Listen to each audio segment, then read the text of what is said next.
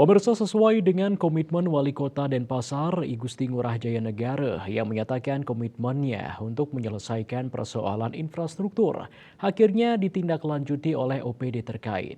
Salah satunya Dinas Pekerjaan Umum dan Penataan Ruang (PUPR). Pada 2024 ini, PUPR Denpasar telah memiliki beberapa agenda untuk melakukan perbaikan sejumlah ruas jalan di Kota Denpasar. Setidaknya telah ada 21 paket pekerjaan yang akan digarap bidang Bina Marga Dinas PUPR Denpasar di tahun ini. Kabid Bina Marga PUPR Denpasar, Ida Ayu Trisuci Arnawati mengatakan perbaikan jalan tahun ini terus berlanjut. Terlebih dalam beberapa kali rapat kerja dengan Dewan, sejumlah usulan perbaikan jalan juga banyak yang datang dari masyarakat.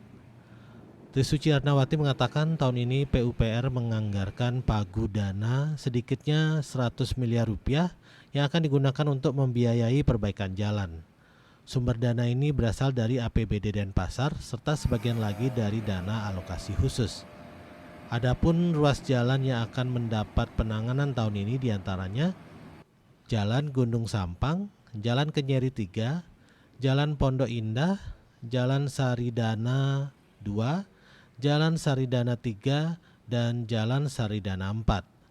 Selain itu juga ada Jalan Kargo Taman, Jalan Kargo Indah, Jalan Kargo Indah 3, Jalan Kroya, Jalan Kembang Matahari, Jalan Rangdu, Jalan Sidakarya, Jalan Ratna, Jalan Tukat Badung, Jalan Malboro, Jalan Sahadewa, Jalan Arjuna, Jalan Yudhistira, Jalan Merpati, dan Jalan Trengguli 1. Selain itu juga dibangun satu jembatan di tahun ini. Asmara Putra Bali Pos melaporkan.